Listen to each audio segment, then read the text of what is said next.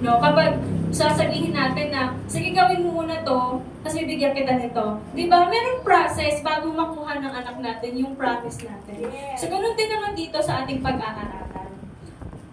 Ayan, so,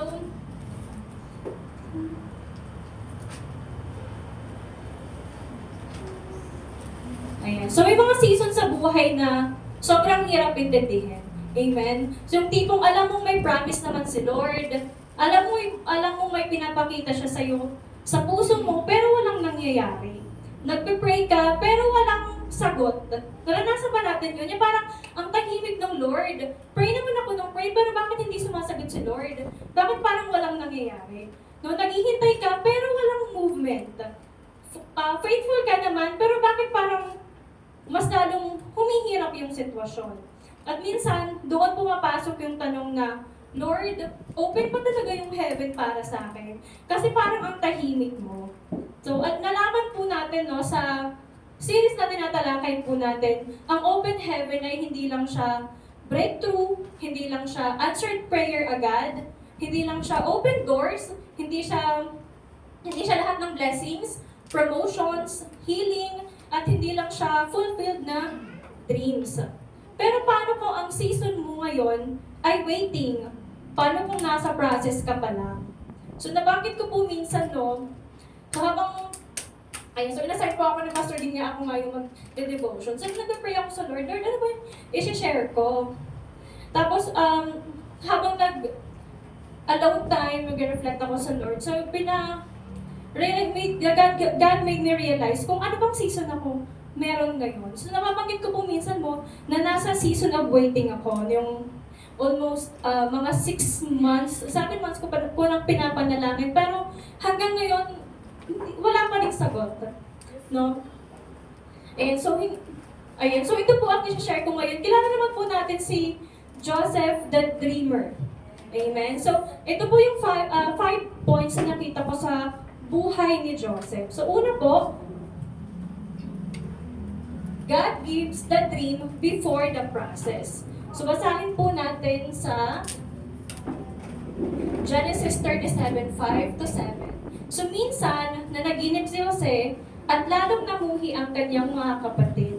Nang ito ikwento niya sa kanila. Sabi ni Jose, napanaginipan ko na tayo ay nasa bukid at nagbibigkis ng trigo. Tumayo ang aking binigkis at yumukod sa paligid nito ang inyong mga binigkis. Yan. So, bago dumaan si Joseph sa pain, binigyan muna siya ni Lord ng panaginip. So, nagpakita ang Diyos ng future niya. No, bata pa lang nito si Joseph, nagbigay siya ng clear na direction ng calling ni Joseph. So, at minsan ganoon din si Lord sa atin, no? May nilalagay sa atin si Lord na burden, may nilalagay na vision, ministry, at desire sa puso natin. So, minsan, nararanasan natin siya sa prayer kapag may one-on-one tayo kay Lord, doon niya papakita yung vision niya. Minsan habang nag-worship, minsan conviction. At sa umpisa, excited tayo. Amen? So, may pinapakita ang Lord, super excited tayo, may promise ang Lord. Grabe, may gagawin sa Lord. Di ba, masaya tayo. Nawawala sa isip natin na minsan, after the promise, here comes the process. At maraming tao ang dito nati-discourage. Kasi akala kapag galing kay Lord, smooth na agad yung journey. Akala madali lang, no? Kasi kay Joseph, nakita po natin na pagkatapos ng panaginip niya, tinakwil siya, kinainggitan siya, pinagbili pa siya ng sarili niyang kapatid. So yun po yung una, God gives the promise before the process. So pangalawa po, the pit was part of the process. So sa Genesis 37:23-28, sabi po dito, paglapit ni Jose, hinubad nila ang mahabang damit nito na may manggas at inihulog sa tuyong balon. Habang sila'y kumakain, may natanaw silang pangkat ng mga Ismailitang mula sa Gilead. Ang kanilang mga kamelyo ay may kargang mga gawaing pabango na dadalhin sa Ehipto. Sinabi ni Judah sa kanyang mga kapatid, wala tayong mapapala kung papatayin natin ang ating kapatid. Mabuti pa ipagbili na lamang natin siya sa mga Ismailita kaysa ating saktan. Siya'y kapatid din natin, laman at dugo ng ating dugo, at sila'y nagkasundo. Kaya nang may dumaraang mga ngalakal ng Medianita, iniahon nila si Jose at pinagpili sa halagang 20 perasong pilak at si Jose dinala sa mga Ismailitang Ehipto. So, imagine mo, si Joseph, meron siyang vision na nilagay ng Lord. Pero nasan siya ngayon? Nandun siya sa balon, madilim, mag-isa, walang kasiguraduhan. And we all agree na minsan nararanasan natin to. Amen? Yung minsan pagod ka na, discouraged ka na, disappointed ka na, confused ka. Minsan hindi natin alam kung ano ang mangyayari. Pero sometimes, no, hindi natin kailangan malaman kung ano ang nangyayari. We just have to trust the Lord. At ang masakit, hindi strangers ang gumawa nito kay Joseph. Pamilya niya mismo, mga kapatid niya mismo.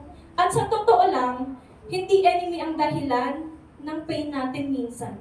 Amen? So minsan, closest friends natin, pamilya, o mga taong pinagkakatiwalaan mo, o ang taong ine-expect mo na susuporta sa'yo. No, pero kahit nasa pit si Joseph, hindi iniwan ng Diyos ang purpose niya. At gusto kong i-share na ang pit ay hindi cancellation ng promise. Bahagi ito ng process of the promise. Yes. Amen. Amen. So yun po yung pangalawa. So kung sa anumang sitwasyon, anumang season ng pinagdaanan mo ngayon, it is just the process. So hindi yan yung ending mo. Hindi lang yan, hindi hanggang doon ka lang. So hinuhubog ni Lord kung ano yung meron ka para mag-grow ka. Amen. At sa pangatlo, God was still with Joseph. Sa Genesis 39:2, sabi dito, sa buong panahon ng paglilingkod ni Jose, sa bahay ni Potiphar ay pinatubayan siya ni Yahweh. Anumang kanyang gawin ay nagtatagumpay.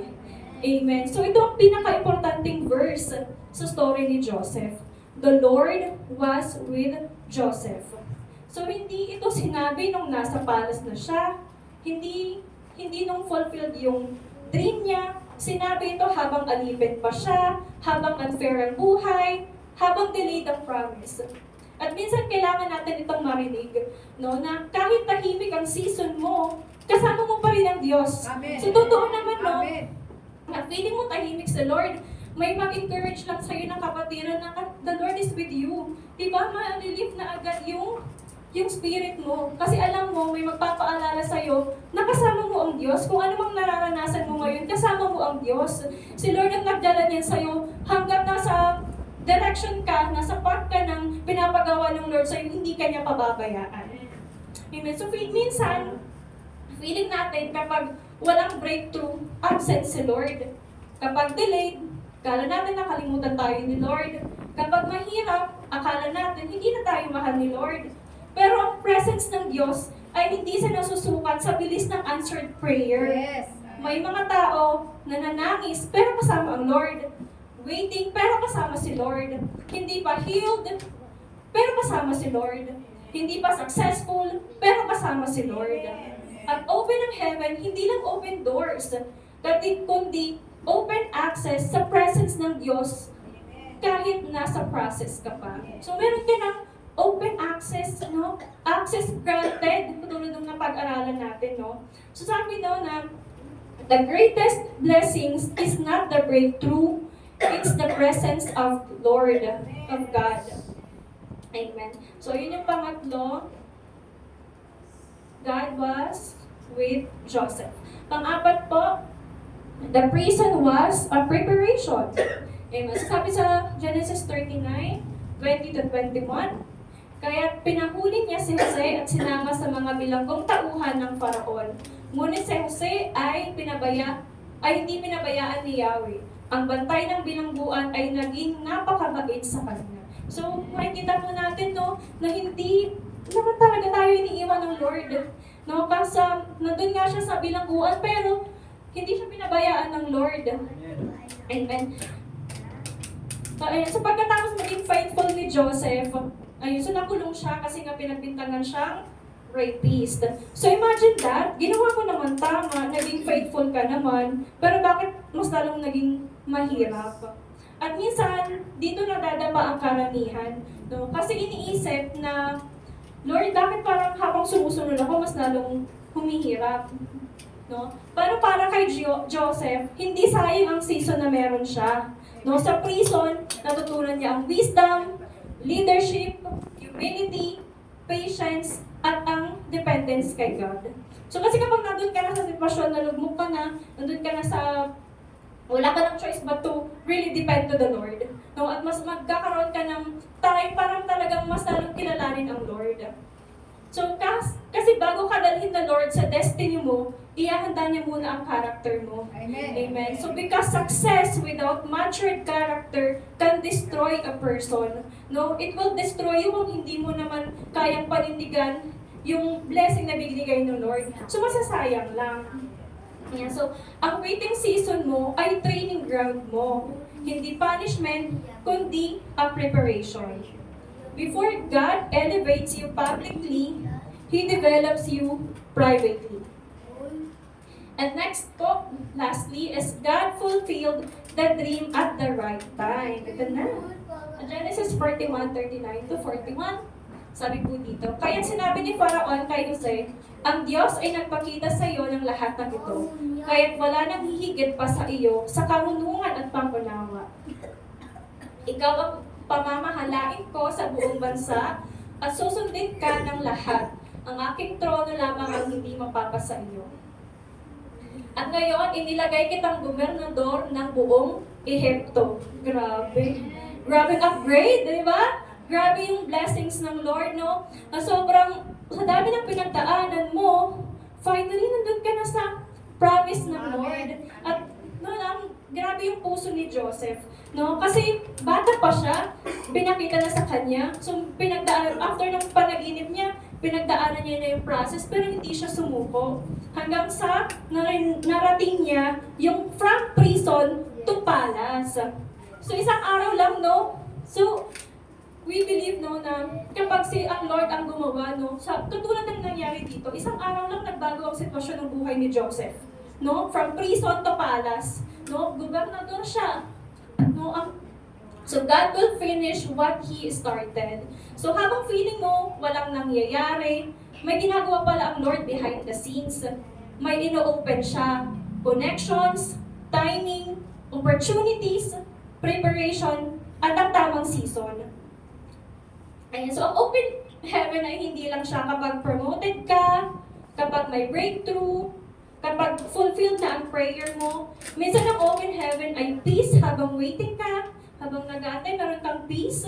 No? Strength habang pagod ka na, grace habang nananangis, at faith habang wala ka pa nakikitang resulta. No? Kasi hindi naman talaga madaling mag-antay, kasi habang nasa process ka, Lord, tama pa ba to ginagawa ko? Okay pa ba to? Ito pa ba yung will mo? No, kasi wala ka pang nakikita wala pang resulta. Wala ka pang nakikita kung ano ba ang mangyayari ng bukas mo. Ang alam mo lang, pinagkakatiwalaan mo ang Lord na nagbigay ng vision sa'yo. At ito ang beauty ng Romans 8:28. So nabanggit po kanina ni Sister Ellen. Alam natin sa lahat ng bagay ay gumagawa ang Diyos para sa mabuti. Kasama ang mga nagmamahal sa Kanya. Sila mga tinawag ayon sa Kanyang layunin. So all things work together for good, no? Na kahit alam natin ang pangit ang sitwasyon natin, alam natin na all things work together dahil yun ay kasama sa process. Yun ay kasama sa pag-develop ng character natin. So hindi sinabi ni Paul na lahat ng bagay ay good or convenient or magiging convenience sa'yo. No? Pero sinabi niya, God works all things together for good. Kasama dito yung pain, rejection, delay, waiting, yung heartbreak, confusion, at saka yung process.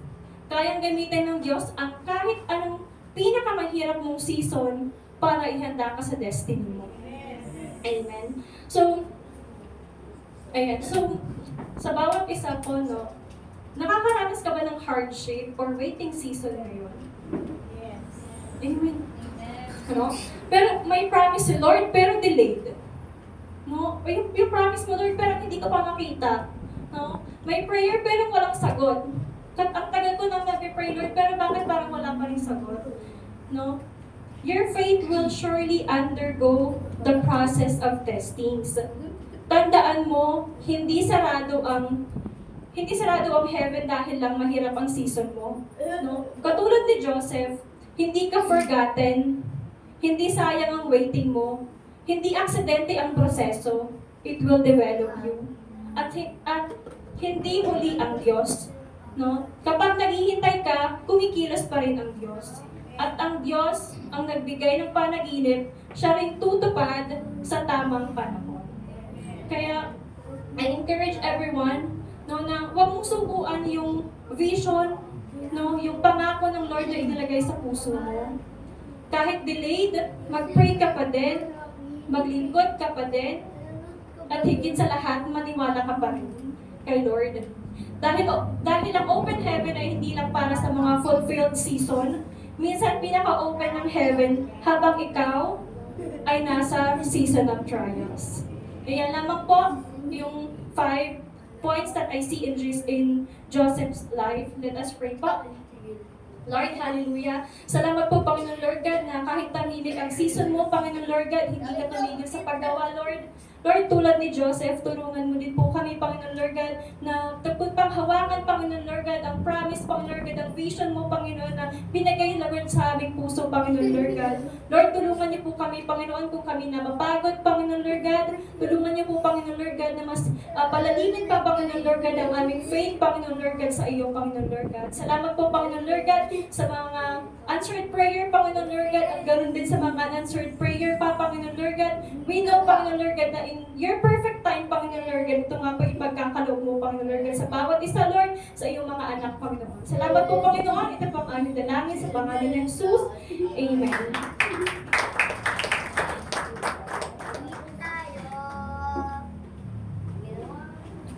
Salamat